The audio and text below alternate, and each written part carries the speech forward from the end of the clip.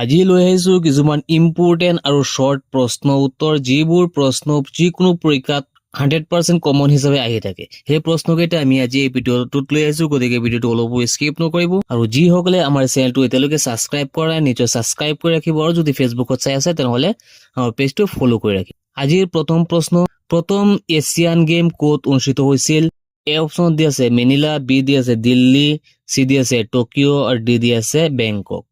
এর শুদ্ধ আনসারটো হয়েছে বি দিল্লি প্রথম এশিয়ান গেমস দিল্লিত অনুষ্ঠিত হয়েছিল 2 নম্বৰ প্ৰশ্ন সাৰে জাহা সে আচ্ছা এই গীতটোৰ ৰচক কোন আছিল 1 নম্বৰ দি আছে ৰবীন্দ্ৰনাথ ঠাকুৰ 2 নম্বৰ দি আছে বঙ্কিম চন্দ্ৰ চ্যাটাৰ্জী সি দি আছে মোহাম্মদ ইকবাল ডি দি আছে আব্দুল ফজল এর শুদ্ধ আনসারটো দি আছে সি মোহাম্মদ ইকবাল 3 নম্বৰ প্ৰশ্নটো আছে হকিৰ যাদুকৰ বুলি ভাৰতৰ কোনজন খেলুৱৈক কোৱা হয় অপচন এ ধ্যানচাঁদ বি দি আছে শচীন তেণ্ডুলকাৰ সি দি আছে লিয়েণ্ডাৰ পেজ আৰু ডি দি আছে ৰঞ্জিত সিংজী ইয়াৰ শুদ্ধ আনসাৰটো হৈছে এ অপচন ধ্যানচাঁদ 4 নম্বৰ প্ৰশ্ন ৰঙা চিলনীৰ পাখি গ্ৰন্থখন কাৰ ৰচনা A option Hemchandra Barua B Kanaksen Deka option C Nabakanta Barua option D Lakshmi Nandan Bora ইয়াৰ শুদ্ধ আনসাৰটো হৈছে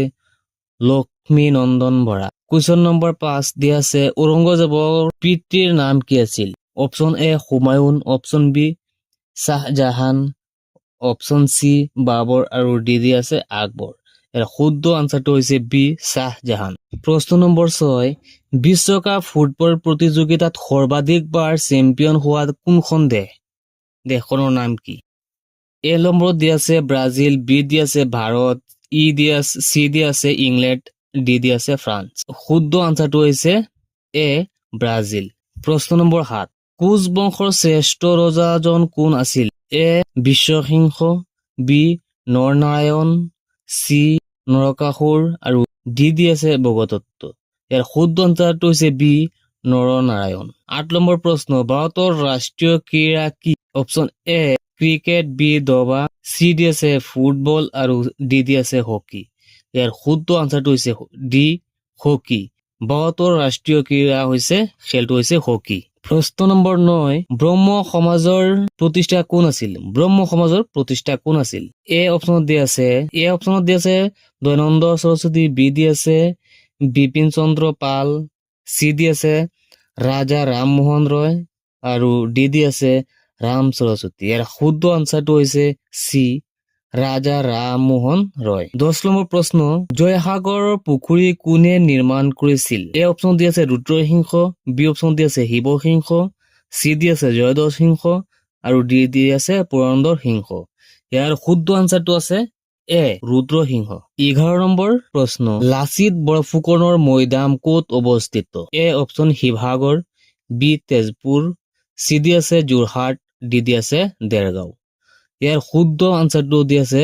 সি যোৰহাট লাচিত বৰফুকনৰ মৈদাম যোৰহাটত অৱস্থিত প্ৰিয় ছাত্ৰ ছাত্ৰীসকল যোৱা ভিডিঅ'ত তোমালোকৰ বাবে এটা প্ৰশ্ন দিছিলো সেই প্ৰশ্নটো আছিলে প্ৰথম অসমীয়া স্বৰনেট পুথিখনৰ নাম কি ইয়াৰ উত্তৰ কমেন্টত জনাবলৈ আমি কৈছিলো বলক এতিয়া আমি চাও আহক ইয়াৰ শুদ্ধ উত্তৰ কোনে কোনে শুদ্ধ দিছে নিশ্চয় চাব পাৰিছা আজি আকৌ 12 নম্বৰ প্ৰশ্নটো তোমালোকৰ বাবে লৈ আহিছো এইটো প্ৰশ্নৰ আনসাৰটো তোমালোকে কমেন্টত জনাই দিবা আজিৰ প্ৰশ্নটো হৈছে ভাৰতৰ ৰাষ্ট্ৰীয় বৃক্ষ কি এ অপচনত দি আছে গামাৰি গছ বি অপচন দি আছে হুলুং গছ সি দি আছে বট গছ আৰু ডি দি আছে হাল গছ এই সাইডৰ পৰা যিকোনো এটা শুদ্ধ আনসাৰ হ'ব সেই উত্তৰ আনসাৰটো তোমালোকে কমেন্টত জনাই দিবা আজিৰ ভিডিঅ'টো এখিনি আছিলে লগ হ'ব নেক্সট ভিডিঅ'ত